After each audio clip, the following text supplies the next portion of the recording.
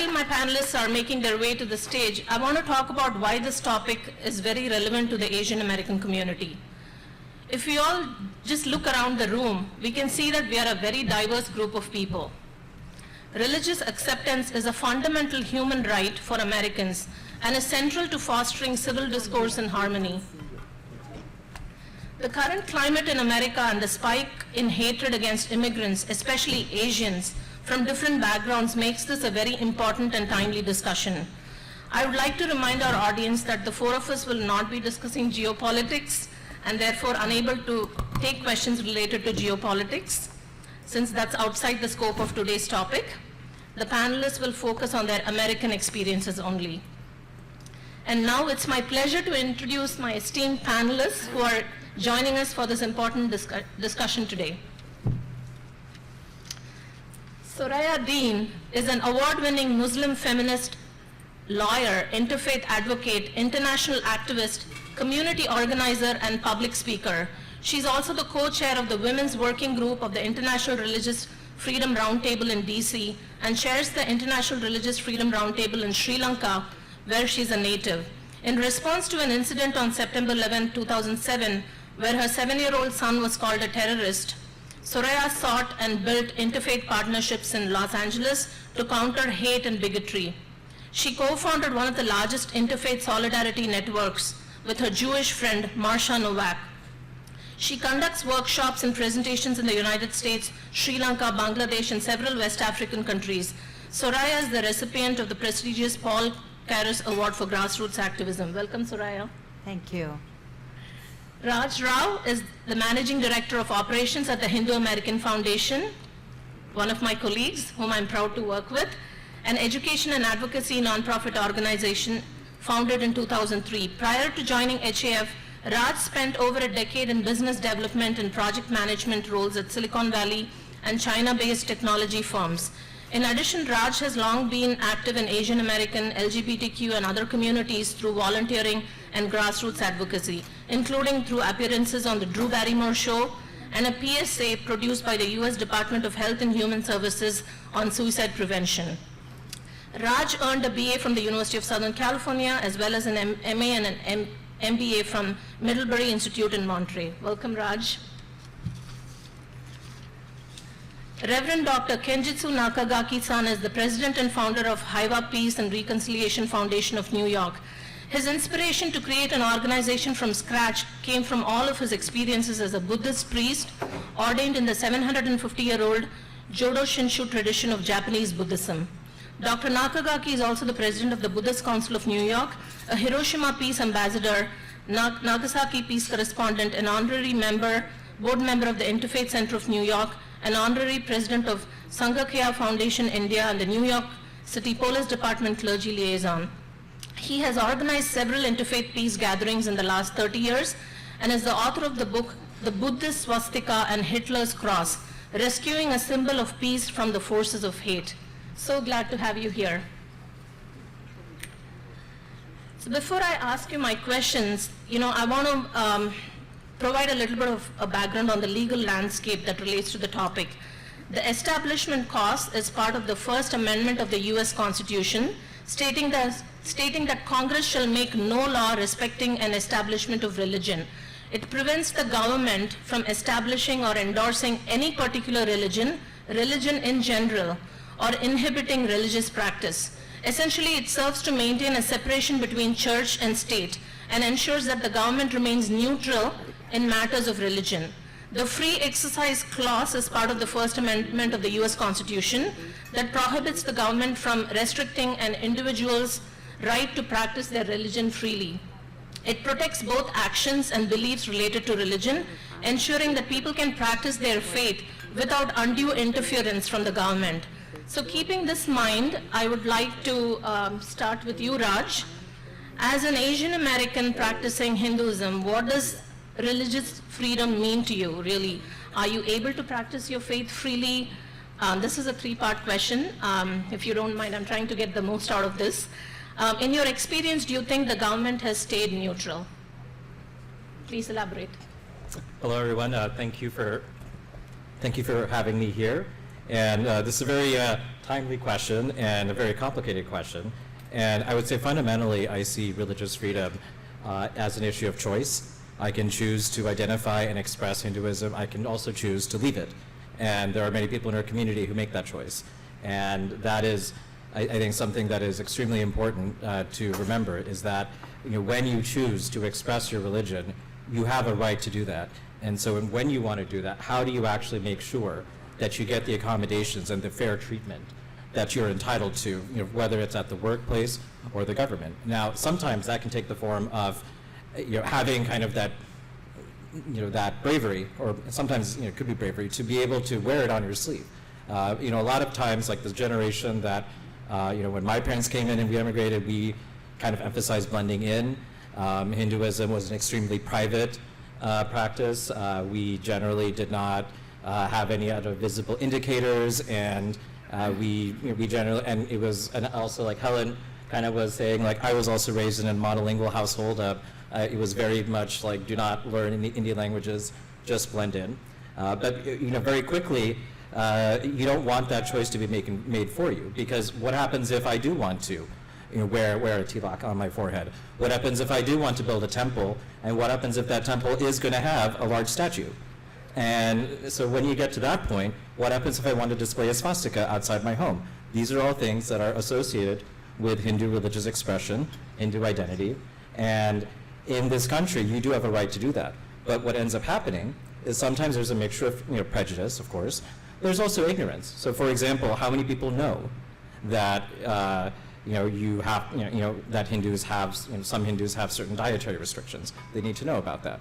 How many people in the government really understand that, say, for Hindus and say the Hindu religious leaders, we don't necessarily have like an institution with formal certification and training bodies like the Catholic Church.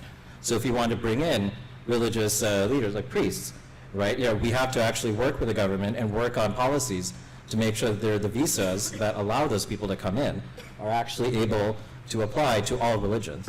And then I think the last part is that, and I think this is important for all of us, and this is not necessarily a Hindu-specific message, is you really do need to know your rights. And you have to be able to not only know them, but take the step to advocate. So that could be knowing that, whether or not you think that it is tasteful, or whether you want to wear any types of religious indicators, whether you want to build a Hindu temple in the style that they might do in India, whether that you have the right to do that. And you have to understand, and there are many ways that freedom can be whittled away. It can be whittled away through your own fear. It can also be whittled away through HOAs or through all types of zoning regulations.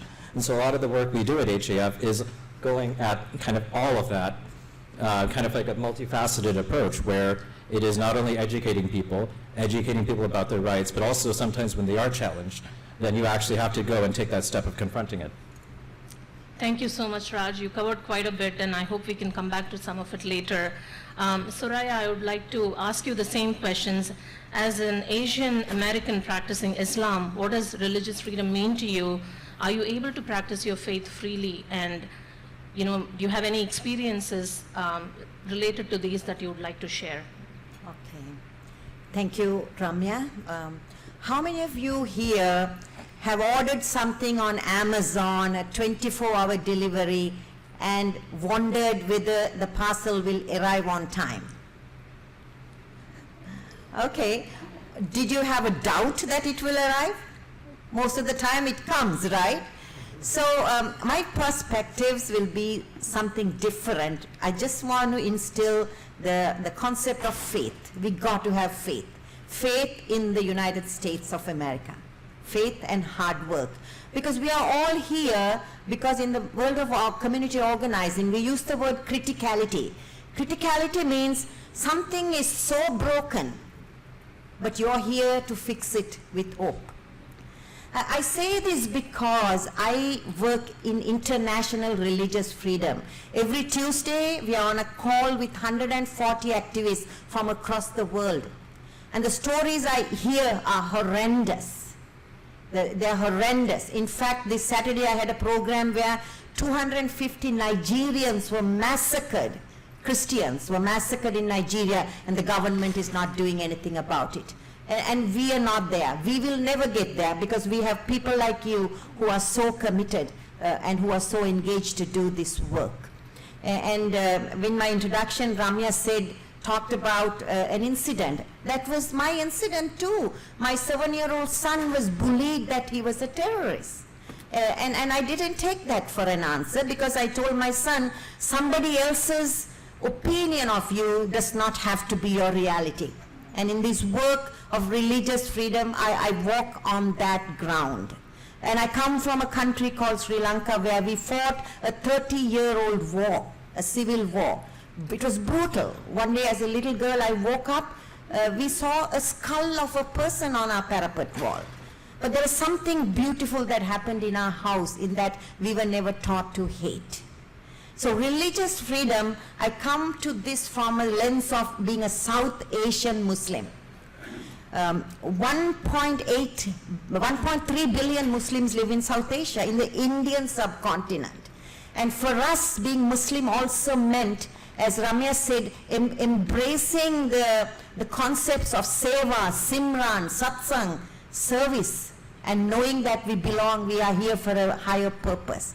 So those things have driven my life, and my perspectives will be solely based on that when I address the first question of whether we have religious freedom. I say, do we take religious responsibility seriously? Because everybody wants some kind of freedom. Nobody is willing to take responsibility.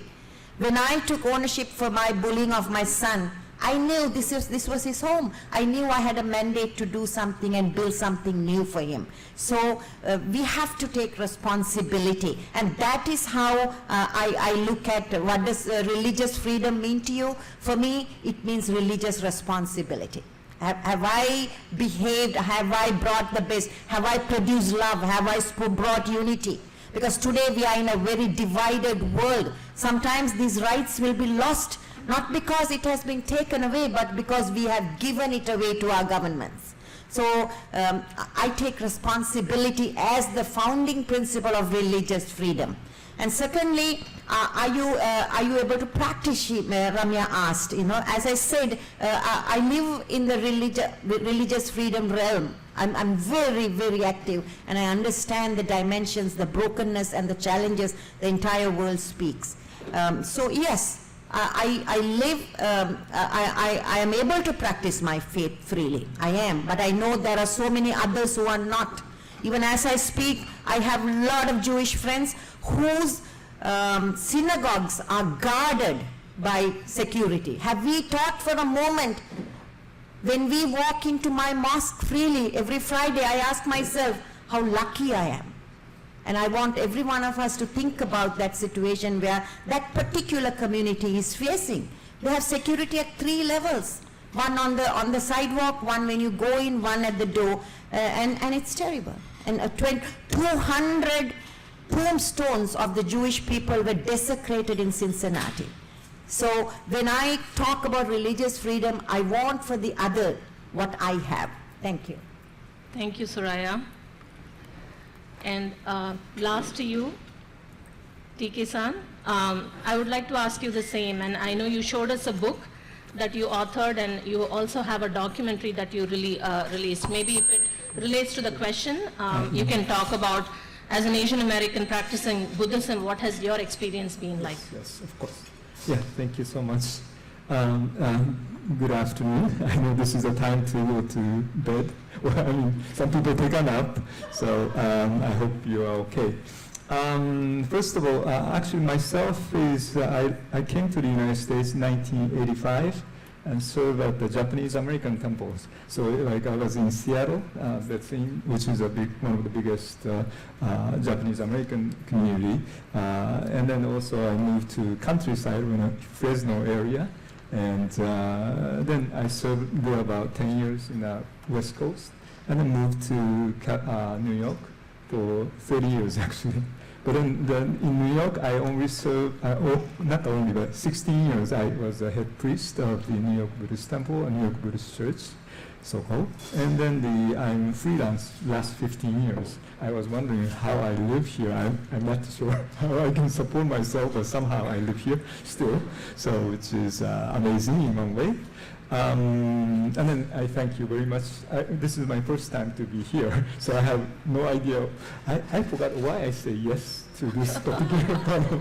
Because we would love to hear your voice as a Buddhist leader, and Okay. if you can share with our audience here what your community has faced, and if you enjoy religious freedom in this country. Something like that I thought, but I was in Japan, it's a lot of so hot, maybe the heat wave make me to participate, say yes. So I don't have to answer anything else. But anyway, for me, yeah, it's a time is also, depends on when do they start it. Like Buddhist Churches of America, Buddhist Churches of America is the one that I serve. But then before they used to say Buddhist Mission to the North America. Why do they change? Because of the internment camp. And during those times, it changed too. And even I came, before at the temple, I mean swastika or manji in Japanese, we call it. So those are temple all over the place. But then I think it's important to explain to our audience why he has a book having a swastika sign, because the swastika is actually a very ancient and very auspicious religious symbol for Hindus, Buddhists, Jains, Zoroastrians, and so many other communities. And unfortunately, the hate symbol, Hakenkreuz, got rebranded as swastika, and now it's widely known as a hate symbol. But that's what his book and documentary are about. So maybe you can take a minute to explain what made you author that book. Yeah, I thought you were going to ask that question later. Okay, sure. You can talk more about that later, but sure. I just didn't want our audience to be puzzled when you show that book. I see. Yeah, because it's as she said, that's the peace symbol. In especially if you go to Japan, this means Buddhist temple. If you see those signs, it's a Buddhist temple sign. So it's directly connected with me too. And even like when during the time of during World War II, the many Buddhist temple has this sign on part of the temple structure. So that like a Fresno, they do the shooting. Nowadays, of course, that's hate crime by shooting all the symbols. But then they used to do the shooting to the Buddhist temple. And because Japanese all of a sudden become alien, nations and so forth. So in a way, it's a part of the history. And until then, like in 1900, this symbol was very popular to the United States. Everybody used it. And then when we have a conference like this, Buddhist, northern, wherever place, we do have a swastika symbol of the banners all over the place. But then those things are not anymore. Right? Yeah. So from that sense, some of the symbolism are not freely used anymore after the war. But it's not. I think it's protection. The fear of the things happens. So the same thing in the way to call the name of the temple. Now, of course, you can say temple. Nobody bothers. But then at that time, I was talking about 1900. 1920, before the war, the Buddhism itself is very strange. Even like when I was there in 1985, they called the temple, I said, New York Buddhist Temple, Buddhist Church, Seattle Buddhist Church. And then they said, oh, is that the Baptist Church? They don't know the word is Buddhism anyway, Buddhist and so forth. So we'll come back to that. Thank you for all those things. So that like voluntarily we try to, I guess. So the name of the churches in Jodo Shinshu part is all churches instead of use the temple. Then if you use the church, and also so if it's a church, you have to go to the Sunday every Sunday. Yeah. So we do have every Sunday service all the Japanese American temples. Churches, even still now. I want to be mindful of the time. Sorry, we will absolutely come back to that. But I want to be respectful of time, and so I want to ask my next set of questions. Data collected by law enforcement and government agencies indicate an increase in hate crimes and incidents, rising threats of violence against places of worship, religious displays, etc. Our Asian communities are not good about reporting incidents and crimes and are usually afraid to report to law enforcement or even seek the help of advocacy organizations like HAF. In our line of work, we see this all the time. To address this need, we have organized several webinars and training sessions to educate the community and explain what constitutes a hate crime and what is not, and why it's critical to report incidents and crimes. So here's the definition of what a hate crime is. It's a criminal act or an attempted criminal act that is motivated by bias or prejudice against a person or property based on the victim's actual or perceived race, religion, ethnicity, sexual orientation, disability, gender, or other protected characteristics. So it's a very targeted crime. And I have a two-part question for all three of you. Can you talk about the current challenges faced by, Raj, I'll start with you, by the Hindu community? What are some hate incidents and crimes unique to the Hindu community here in America that you want our audience to know about that people may not be reading in the news? Well, that is a very heavy post-lunch question. An important one, though. Yes, so it is a very interesting time to be Hindu, because on one hand, you would think that because the community has grown so much, there are more Hindus and Indians prominent throughout the world, that maybe things would be easier, but in fact, it's become more complicated. One example phenomenon that has really kind of exploded, I would say, since Christmas, is just that there's just been a huge explosion in anti-Indian hate online. I mean, it is some of the most intense, crazy stuff. It's fueled by immigration. It's fueled by groypers. If you don't know what that term is, look it up. You'll never get those 5 minutes of your life back. It is, so what this, and the way this manifests, from a Hindu perspective is, like I mentioned earlier, every time, like before, maybe 10, 15 years ago, you build a temple, maybe there's someone who protests, maybe there's someone who tries to raise some zoning thing, but most of the people don't care. Now, suddenly, it's this whole thing, and then people are like, how dare you build a giant statue, this is not American, you need to go back to your country. It's like, no, we just want to build our statue, we follow the laws. How dare you polluting our rivers by, doing this festival and throwing all your trash in there. It's like, no, we got permits. We've been having this festival where we immerse a clay statue and it is totally biodegradable. None of you had a problem with it, but now suddenly you have a problem with it. And so it's a lot of these types of things where you have temple vandalisms coming out. Now, is that a hate crime or is that a political incident? Last year at AUC, we actually had this conversation where we were mentioning that there was a string of temple attacks. In fact, there was one that had happened right before. Yeah. And there were some people from law enforcement, and they said, oh, it's political, because they mentioned the Prime Minister of India. And I said, well, if that had been on any other religious place of worship, that would have been clearly a hate crime. We're not trying to make any hay out of it. We're just saying, if you want to have a country where you have religious freedom, you have a constitution, you have laws, it should be, it should be treated equally, right? Just something that happens to me isn't okay, but it is not okay if it happens to someone else. And so I think that's one of the challenges. Absolutely. Thank you for mentioning that. And for those who don't know, we've had at least 8 Hindu temples that have been vandalized, most of these in California, but a few in New York, New Jersey as well, all with hate signs and hate graffiti. And most people don't even know about it. Even people in the law enforcement community don't know about it. And we think it's a shame. Like Raj said, if it had happened to a synagogue or a church or a mosque, you would hear all about it. So why is there this huge gap in reporting? And biased media has a huge role to play. But I want to turn to Soraya. How can you talk about the challenges you faced, and what are some hate crimes and incidents that you want our audience to know about? Thank you, Ramya. Talking about hate crimes, I don't know if you're aware, in Texas last month, a Hindu American was beheaded in his guest house while his wife watched. So that is the level. We don't know whether it was religiously motivated, but these things are happening. So in terms of my question, it was about how Targeted hate crimes against the Muslim community. Muslims, yeah.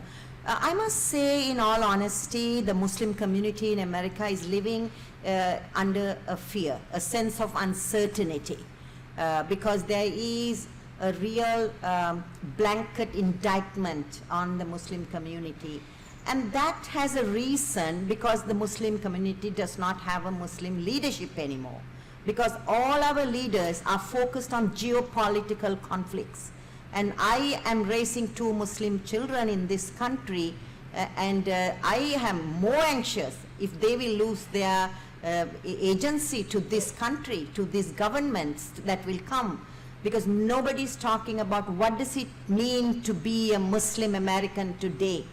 Our organizations are engulfed in handling Middle Eastern political shift. Ramya said don't talk politics. So No geopolitics. everything is political, but I will differ. Yeah, so you know, because this is another proud reason that I call myself a Muslim from the Indian subcontinent. We learned a lot from India. India gave us many of the top spiritual leaders of the world today, long before the advent of the Abrahamic faiths. I grew up in a house where I had Buddhism. My mother was a Buddhist, my father was a Muslim. So we grew up with a well-rounded understanding of self-realization and God-realization. That's the gift of being an Asian Muslim, I feel. So we follow this justum generis rule. Buddha said, one arises because of another. So going a little deep further, and I think the Muslim community also have to ask and be more engaged in addressing this issue, because last week I was traveling to DC with my son, and he was trying to pray. I said visual prayer could be a little contentious, be very careful, because people are today responding emotionally for every crisis, emotional. And that's natural. We are human beings. Any leader who will make a decision, first he makes an emotional decision, then he makes the decision. So that's a fact.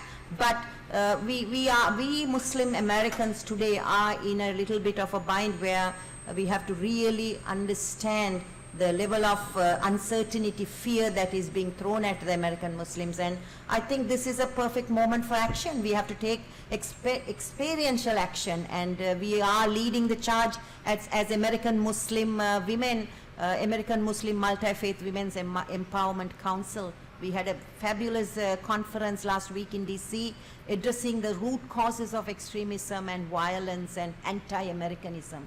And this is something we have to talk about. Thank you for that. And if you can take a minute to talk about your son's experience and what it felt like. I can't imagine being a 7-year-old being bullied with those statements. How did your family react, and what immediate steps did you take? Thank you. Ramya, I'm a practicing lawyer, you know. I became a community organizer, social justice activist after that particular incident with my son, because I realized that it was a defining moment in both our lives, you know. He will feel enslaved or he will feel liberated. So as a mother, I had to really educate him that we are not terrorists. Mommy is not, daddy is not, your sister is not. And thereafter, this is what I would tell everyone: go seek interfaith partners. You know, I sought many interfaith partners in Los Angeles, and I built one of the largest interfaith solidarity network. So we took action, Ramya. We took action. When things happen, we have to take action. And as Dr. King said, if you are non-violent, don't be in the resistance. We believe in non-violent resistance. We love this country, and that has to be clearly communicated, because lots of things are questioned about the American Muslims today, and we are leading the charge. Thank you. Thank you. That was so powerful, and we are so grateful for leaders like you building interfaith unity. Thank you.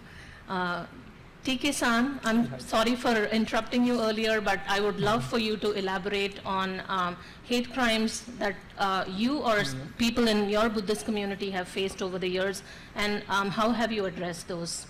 Yeah, so basically in New York City, you have a lot of hate crime these days to the Asian people. Mm-hmm. So yeah, especially after, I guess, the COVID time, so that all the corona virus brought by the Chinese, whatever the president statements, so-called.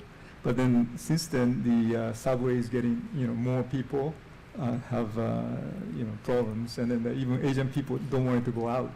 So even like a small incident, they try to report and so forth. So that's has been sort of like a going on and kind of a issue, and we try to work together with the police department.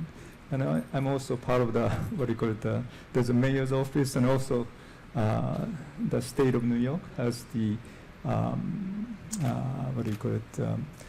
bias prevention and hate crime units. So I'm part of the advice, sort of religious advisor part of it. So we do have a meeting like at least every 3 months for those things. So I guess the prevention is something very important, and so we're working on that. Absolutely. Prevention and education. And I remember a hate crime against a Buddhist camp. This was 3 years ago. This was in South Bay, in the Bay Area, California, where this beautiful camp run by people who had embraced Buddhism, Americans. They had a sign of the swastika symbol, and it's been there for decades.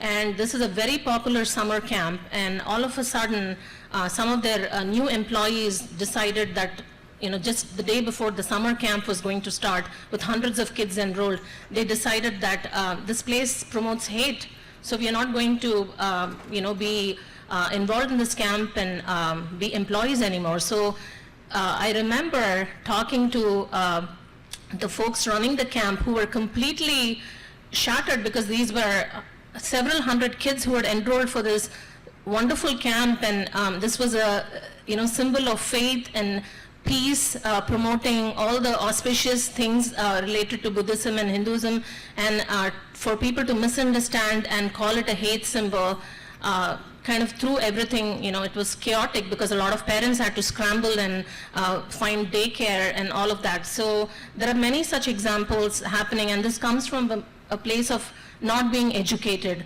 which is why I really feel that it's important to educate our communities.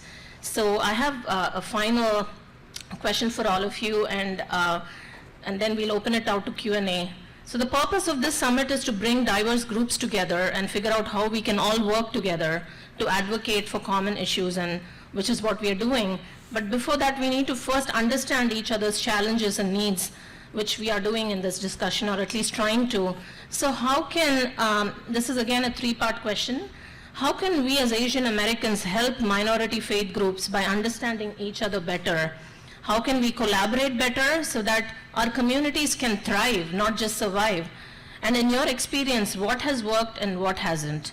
And I'm sorry for cramming so many, but like I said, I really want all of you to educate our audience, because we may not get an opportunity like this for a while. So Raj, if you can start.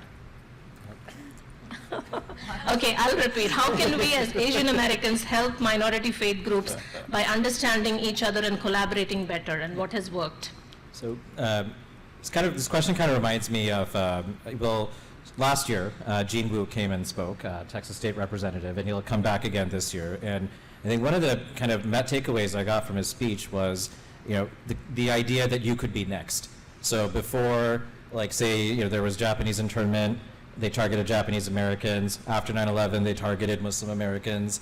Now like Indians are getting kind of the heat from the administration in a variety of ways. And I think a lot of people in the community are sort of surprised and sort of clueless, because they're thinking like, because the thing is, that for other Asian groups, they have been dealing with conflict with the United States for a very long time. They have fought wars.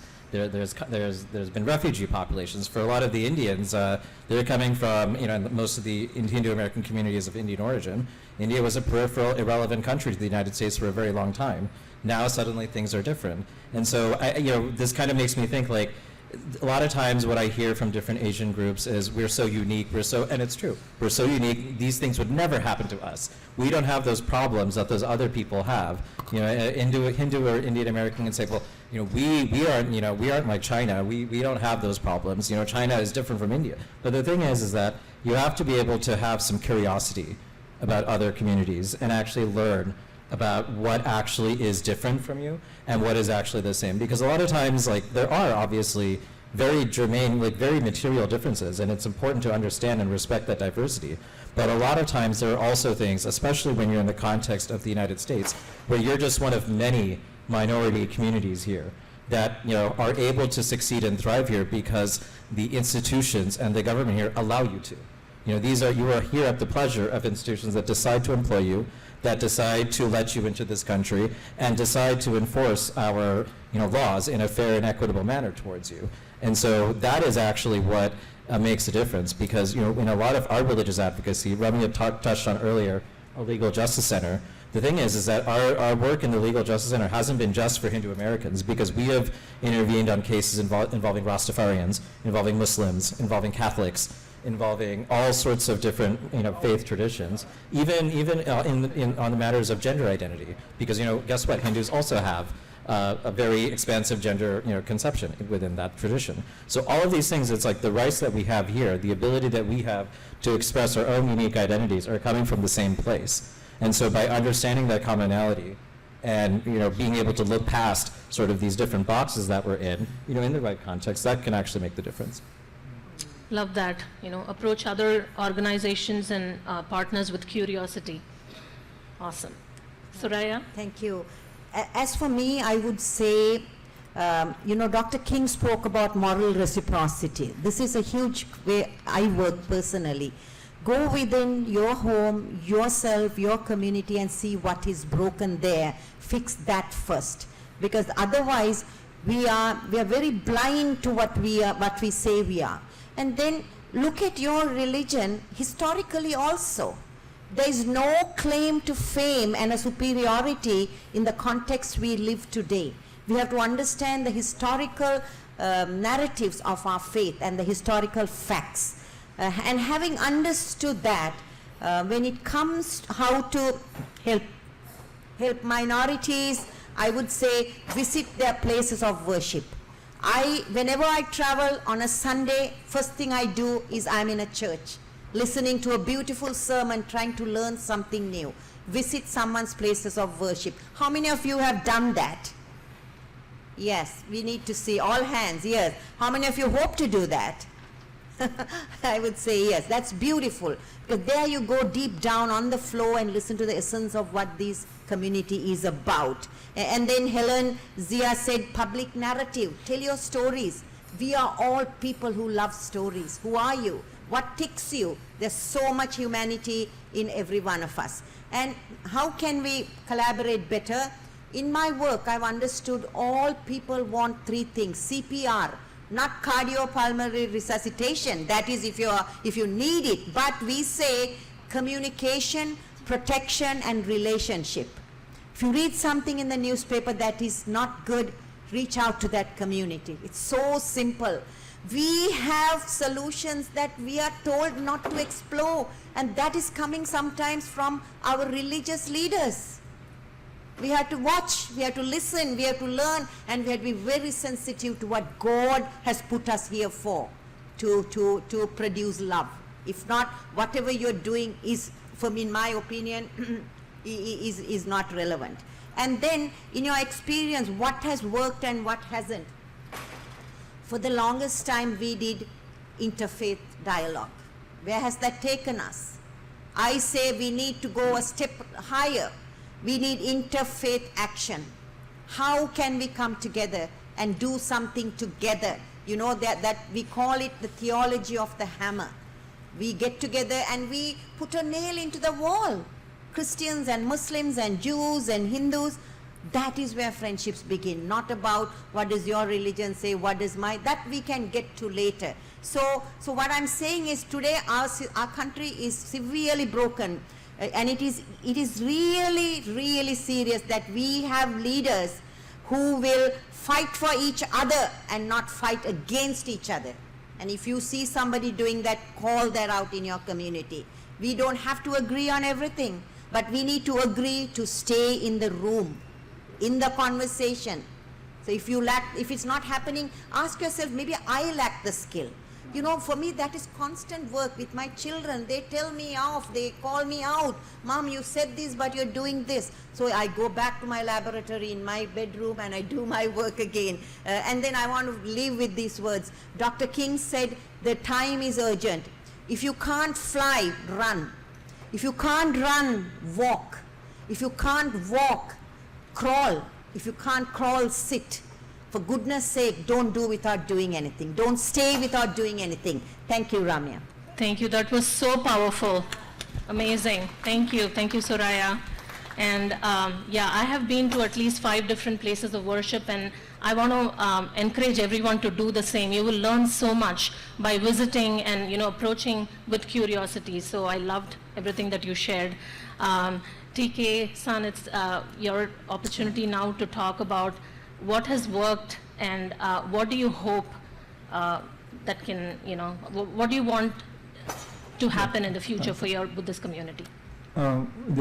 First of all, I just wanted to mention about I've been doing interfaith work for Great. last 30 years at Yeah. least. And then you mentioned a little bit, you know, when we, especially like a 9/11 time, that's the time that we really worked together. And you will see how important the interfaith action is. And then we, you know, in New York City, every day after 9/11 happens, every day we have an interfaith ceremony, and then every time when the mayors, everybody's, we are all there, we all, you know, community. So I know all the religious leaders simply because of the interfaith activity that we have been doing it. But after everything is, you know, when they have a trouble, they will get together and then disappear.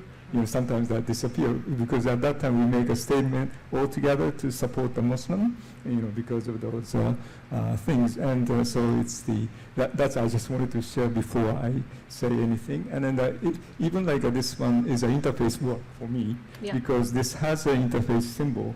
Yeah, because at least Eastern is all agree of this particular symbol itself. And then this is about almost like 3,000, 5,000 years of the symbol for all the humanity. So it's actually the symbol of the humanity. It's like a, you know, all four direction comes together, right? So it is a unity, and what we're talking about. So in order to make it like this kind of nice shape, you know, it cannot be one is longer than the others, but equally they have four legs together. North, it could be north, east, west, you know, south. And then so then the different east and west, you know, the traditions and everything should be together. And so it is actually the very peace symbol. And but by the way, Native American has been also using this for a long Right. time. I'm glad you mentioned that. So we did make actually, yeah, this one is a dissertation. One of the reasons, I think it's important for me to, one of the reasons why I started is one of the interfaith conference, actually, on the hate crime. And then like 100 of the religious leaders in the New York City gathered. And at that time, one of the speakers, you know, like this, we have speakers, and then one of the hate, you know, expert of the hate crime said, swastika is a universal symbol of evil. And then, you know, when you say swastika is a, you know, evil symbol, that's something. But when you say universal symbol of evil, I mean, this is nothing but the, you know, the evil, right? Right. But then when I asked the question, that this person, you know, we are here, we have a Buddhist, Hindu, you know, Native Americans, we all use, and Jains also there, so we all use this symbol as a good, you know, important symbol. But why you can say that's a universal symbol of evil? And then this gentleman said, oh, I didn't know. And then that's kind of, for me, I mean, so after that, we have a meeting, and we should do something about this understanding, because, you know, we need to educate a little bit more, and then probably, well, since it's an Asian gathering, I mean, Asian Yeah. community, maybe we can work together and then bring in, you know, this kind of a, you know, this is one of the ancient symbol, but at the same time, this is a dialogue, because right now, we don't listen to other people. But then this is like, in a way, it's a very interesting, because this is one side is very evil, they consider, one side this is a very good. And if the two things are met, you're going to just fight, or, you know, which power is strong, or do you want to listen to each other, or try to understand each other's point? Then I think this can become a really symbol of the discussion and creating the peace or more dialogue. Absolutely. Each other. So, anyway. Yeah. Thank you. And Thank you're right, absolutely. Interfaith action is important, and what you're doing is phenomenal, because you're educating the community, and this is not by saying this is what it is, you have to listen to this, but it's and I watched your documentary, which is amazing. It's a place of dialogue, and we want more dialogues. So I think we've come to the tail end of this, and do we have time for Q&A? I would love for the audience to ask a couple of questions. We have time for some questions if anybody has any. Awesome. If So, you don't have the first question, the second one, please.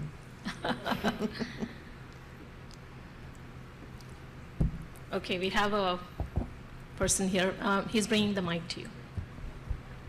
Thank you all very much for answering those questions. At first, I was wondering why the Unity Summit would have a panel on religion.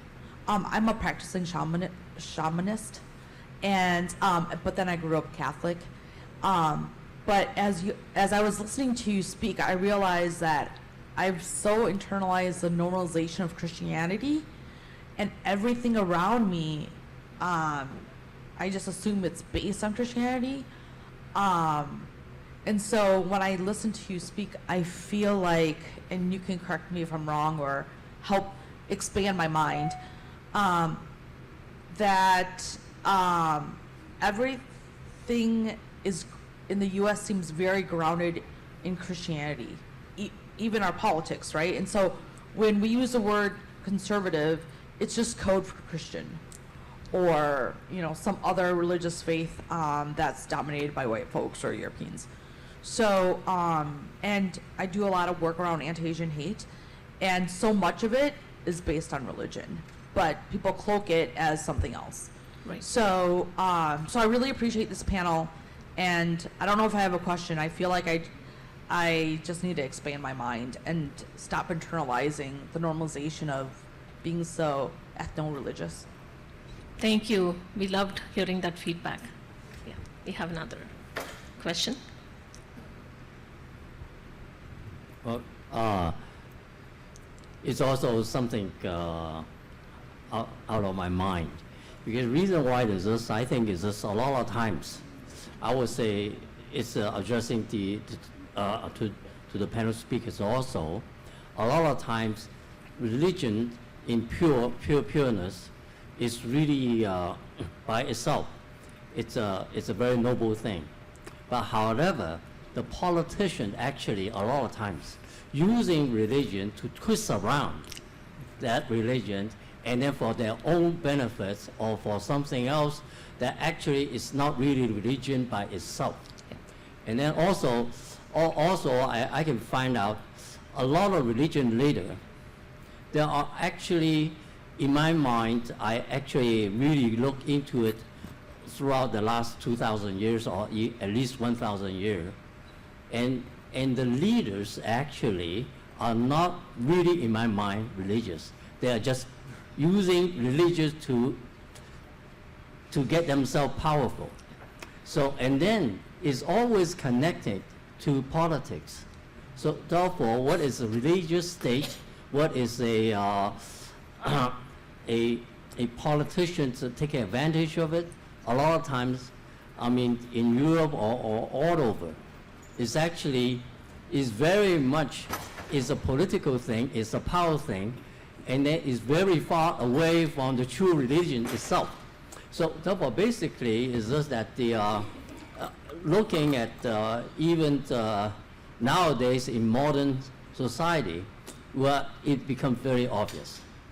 So therefore, basically, is just recently I just find out a lot of Christian culture and everything is actually lost during the first 1,000 years after Christ. It is the Muslims taking the south of Europe and then collaboratively and then rediscover the root content of the Bible, the New Testament. So in such case, they collaborated and then really getting the essence of Christianity, of the New Testament. So therefore, and then look into it very further into Christianity and Muslim. They're very close in terms of the ancestry from Abraham. But however,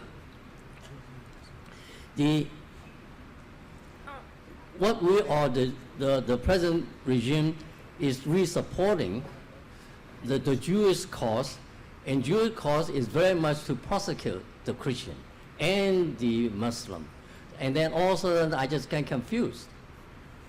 All the Christian leaders is writing to prosecute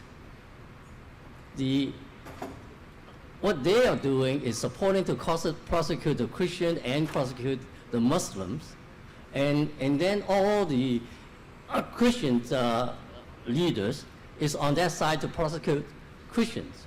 So therefore, it is so, you have to realize we just a lot of time have to separate politics and power hungry away from true religion belief. So therefore, this is, I don't know. Maybe the panel can comment on it. Sure, who would like to go? Yeah, A Raj. little bit. So I can respond to both of the comments. One thing I will say is there is definitely saying the U.S. is a Christian country or founded on Judeo-Christian principles is a very political statement. But what I will say is I had a Hindu Sunday school teacher growing up, because in my small town we didn't really have a temple or anything like that. So I had Hindu Sunday school teachers. They were Loretta and Joe. They were lapsed Catholics, and my local Hindu mandir was the Thai Buddhist temple, because that was the closest thing that we had. And so there was a bit of flexibility on that end, and again, kind of seeing the commonality. And regarding the other statement, I think clearly, one thing I find very interesting is if you look at the society right now, religiosity in general is down. When I was growing up, we were a much more religious country. I had a lot of evangelical Christian classmates. It was very much infused throughout, school and how people spoke, and even in terms of the references that they would use. And yet now, where we have less religion, across the board, we still have conflict. I mean, I think there are lots of ways to hate someone. There are lots of axes in which to divide people, and I would say, we're not talking about geopolitics, but I would say if you look at a lot of conflicts around the world that are, based on religion, I mean, are you really convinced that even if you removed the religion aspect of it, that those conflicts would magically disappear? And I think the answer is no. Can I just Thank add you. it? Yeah. Interfaith itself, the word's interfaith itself definition has been changed. Before, when this started, that means more like a Judeo-Christian interfaith. And then nowadays, I mean, at least in New York, so many different people. So now it's include the East and West interfaith. So interfaith, I mean, in this country, I'm not sure. The New York itself is, that New York is this part of the country, right? That's what's happening. And then, so that's why, but when it go outside of the conference, like an interfaith, then it's always have a variety of the people. And then I think as I commented, but many parts for my experience is connected to that world. The Japan at that time in a war, and then other COVID things in other countries. So it is actually all connected. So you can't separate from the United States is this way, but yet the other countries that affect to the United States nowadays. So it's a global, society now. So I think it's a very important consideration to have it. And then sorry, maybe I should. Yeah, we got indication that we are out of time. Ted, do we have more minutes or we have to wrap up? Okay. I'm sorry we can't take more questions, but this has been a great discussion, and I hope the audience learned a lot today. I want to thank our panelists who flew here from very far away cities. It's amazing hearing from all three of you on your collaborative efforts and interfaith unity and educating the public and approaching everybody with curiosity. I hope all the positive work continues, and please feel free to ask them questions after this, but I want to be respectful to the next set of speakers. So thank you all very much.